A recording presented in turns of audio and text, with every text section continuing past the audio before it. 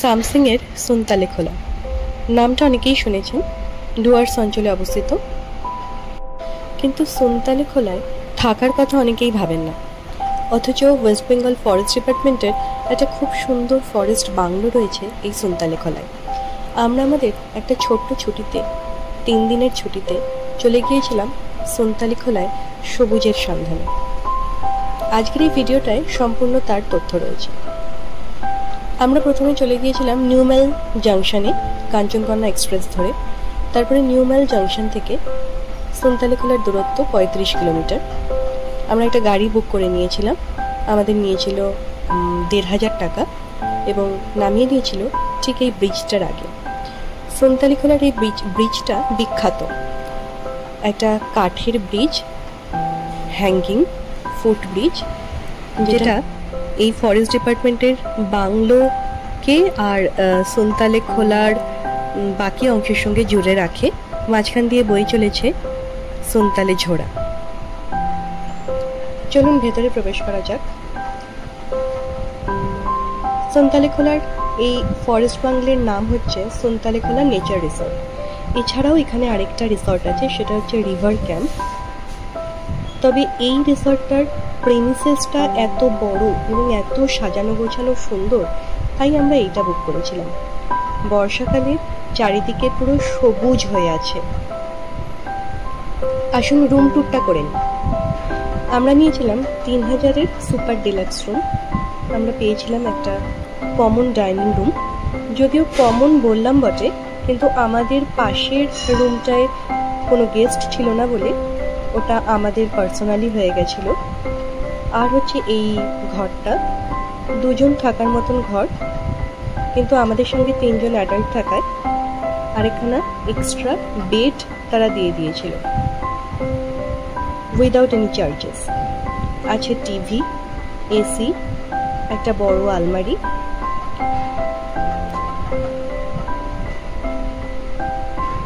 তিনখানা কম্বল, western bathroom, geyser.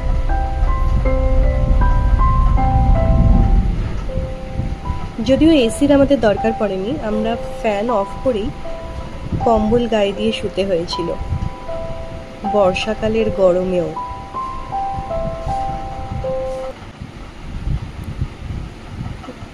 বেডটা বেশ বড় ছিল, 3 জন অনায়াসেই শুতে পারবে।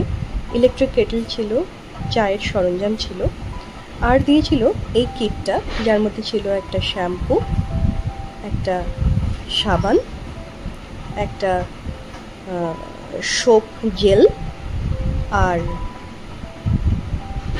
চিরুনি, টুথব্রাশ অ্যান্ড টুথপেস্ট।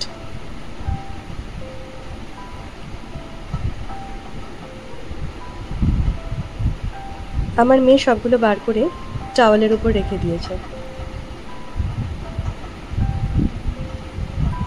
এটা ওদের ডাইনিং এরিয়া। ডাইনিং এরিয়াটা একটু বাইরের দিকে। ডাইনিং এরিয়ায় আসতে গেলে বেশ খানিকটা পথ অতিক্রম করে তবে আসতে হয়। এখানে কোনো ফ্যান নেই, 2খানা স্ট্যান্ড ফ্যান লাগানো আছে। WBTDCL এর মতন কিন্তু এখানে ব্রেকফাস্ট কমপ্লিমেন্টারি নয়। WBFDC-তে পুরোটাই আলাদা করে কিনতে হয়, breakfast, lunch, dinner, snacks, everything. খাবারের মান অত্যন্ত ভালো ছিল। খাবারের ডিটেলস আমি পরে আসছি, যে কত দাম পড়েছে। রিসর্ট থেকে বেরোলে এই সুড়িপথ দিয়ে পৌঁছে যাওয়া যায় নদীটার কাছে। নদী না বলে একে ঝোড়া বলাই ভালো, তবে বর্ষায় জল বেড়ে খুব সুন্দর দেখতে লাগছিল। আর আমাদের রুম থেকে সারাক্ষণ ঝোড়ার জলের কলকল আওয়াজ শোনা যায়। এখানে 6খানা ডিলাক্স রুম আছে, যেগুলো 2500 টাকা করে দাম, আর রয়েছে একটা সুপার ডিলাক্স, যেটা 3000 টাকা দাম, যেটাই আমরা ছিলাম। সুপার ডিলাক্সের সঙ্গে একখানা কমন ডাইনিং রুম থাকে, যেটা এক্সট্রা পাওনা। দেখতেই পাচ্ছেন বর্ষাকালে এসেছি বলে চারপাশটা কেমন সবুজ দেখাচ্ছে। প্রজাপতির রাজ্য পুরো। এত শুঁয়োপোকা আর এত প্রজাপতি আমি আগে কখনো দেখিনি। এগুলো হচ্ছে টেন্ট, এগুলোর ভাড়া ১,৫০০ টাকা। এখানেও ২জন অ্যাডাল্ট থাকতে পারা যায়, আর পিছনের দিকে আলাদা আলাদা বাথরুম দেওয়া আছে।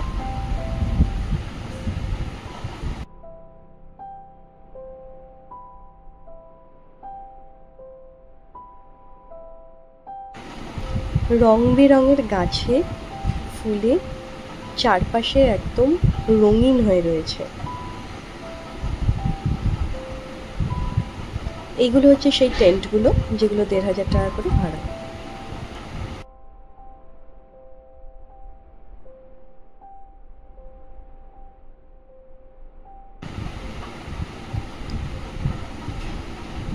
এইটা হচ্ছে ওদের রেস্টুরেন্ট, যেখানে এসে খেতে হয়, এবং এটাই হচ্ছে ওদের রিসেপশনের রুম। এখানেই আমাদের এন্ট্রি করে নিয়েছিল, এখানেই আমাদের টাকা পেমেন্ট করতে হয়েছে, সব এখানেই। এইগুলো হলো সেই ডিলাক্স কটেজগুলো, যেগুলোর ভাড়া ২,৫০০ টাকা করে।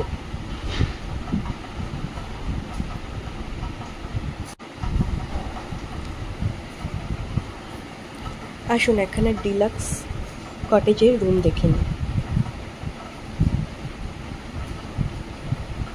এই হচ্ছে ডিলাক্স কটেজ। এসি রয়েছে, একটা ওয়ার্ড্রপ, দুটো চেয়ার, একটা টেবিল, একটা কিং সাইজ বেড, একটা ওয়েস্টার্ন টয়লেট, আর একটা খুব সুন্দর জানলা, যেটা দিয়ে বাইরের এরকম সবুজ দেখতে পাওয়া যায়। এই হলো সুনতালে খোলা, খোলা অর্থে ঝোড়া। আমি আমার জন্মদিনে এখানে সেলিব্রেট করতে গিয়েছিলাম আমার হাজব্যান্ড আর মেয়ের সাথে। এত সুন্দর লাগছিল। এই জলে স্নান করা যায়, পা ডুবিয়ে বসে থাকা যায় ঘন্টার পর ঘন্টা, আর ঘর থেকে সারাক্ষণ ঝোড়ার জলের আওয়াজ শুনতে পাওয়া যায়। এইটা ছিল আমাদের সুপার ডিলাক্স রুম, যেটা বললাম যে রুমের সাথে ছিল একটা কমন ডাইনিং এরিয়া। এর ভাড়া ৩,০০০ টাকা। বর্ষাকালে গিয়েছিলাম বলে মাঝে মাঝেই আকাশ ভেঙে বৃষ্টি হচ্ছিল। তখন বারান্দায় বসে এক কাপ চা হাতে নিয়ে মন্দ লাগছিল না। আমার মেয়েকে তো সামনে রাখা যাচ্ছিল না, এত খুশি সে। বৃষ্টিতে এত সুন্দর লাগছিল চারপাশটা, পুরো সবুজ হয়ে রয়েছে। আর বর্ষাকালে যেহেতু টুরিস্টের আনাগোনাও কম, তাই পুরো মনে হচ্ছে যেন আলাদা কোনো রাজ্যে চলে এসেছে।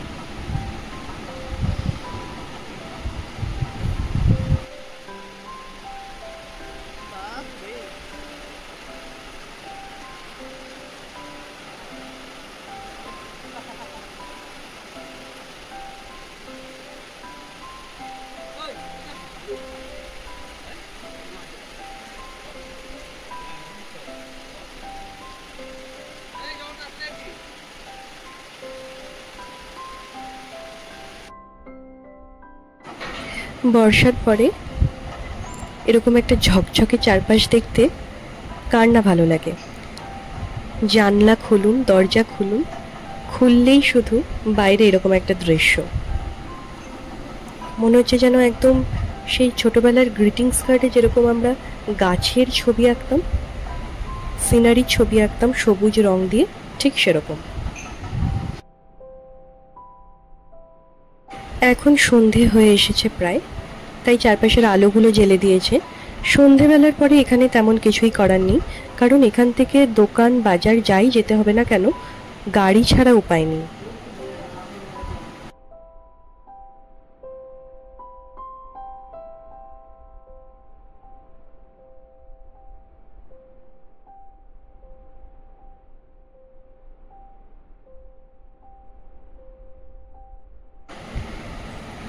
অন্ধকার নামার সাথে সাথে আবার শুরু হলো বৃষ্টি। বৃষ্টির শব্দে তার সঙ্গে ঝিঝি পোকার শব্দ চারপাশে একদম মুখর হয়েছিল। সকাল, সন্ধে, দুপুর, রাত সারাক্ষণ শুধু ঝিঝি পোকা আর নানা রকম নাম না জানা পোকার আওয়াজে আমাদের সারাটা দিন ভরেছিল।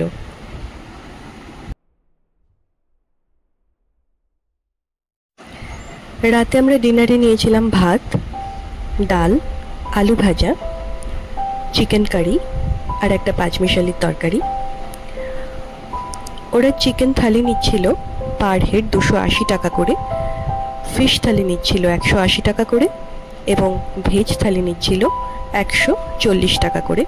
কিন্তু যে পরিমাণ দিচ্ছিল সেটা অনেকটাই বেশি। আমার মেয়ের জন্য আলাদা করে কোনো খাবারই নিতে হয়নি। 3টে থালি নেওয়াতেই আমাদের 4 জনের হয়েও যেন অনেক বেশিই লাগছিল। রান্নার মান তেমনই উন্নত।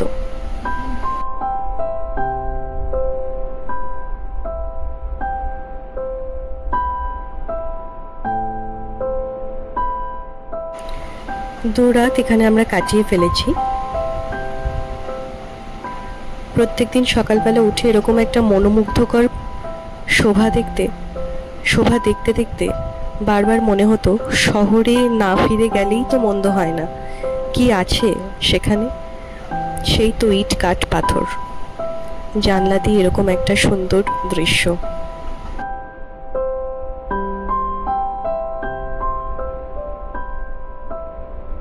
আমরা এখান থেকে একদিন সাইট সিনও করেছিলাম, সেই ভিডিও আমি আপলোড করব। এটা আমাদের লাস্ট দিন ছিল। এরপর সকালবেলা 10টায় চেক আউট ছিল এবং 12টায় চেক ইন, যদিও আমরা 11টাতেই চেক ইন করে গেছিলাম। এবং আবার 1,500 টাকার বিনিময়ে এখানকারই সিন্ডিকেটের থেকে গাড়ি নিতে হয়। এনারাই ঠিক করে দেন, সেই গাড়ি করে আমরা আবার নিউ মাইল জংশনে পৌঁছে যাই।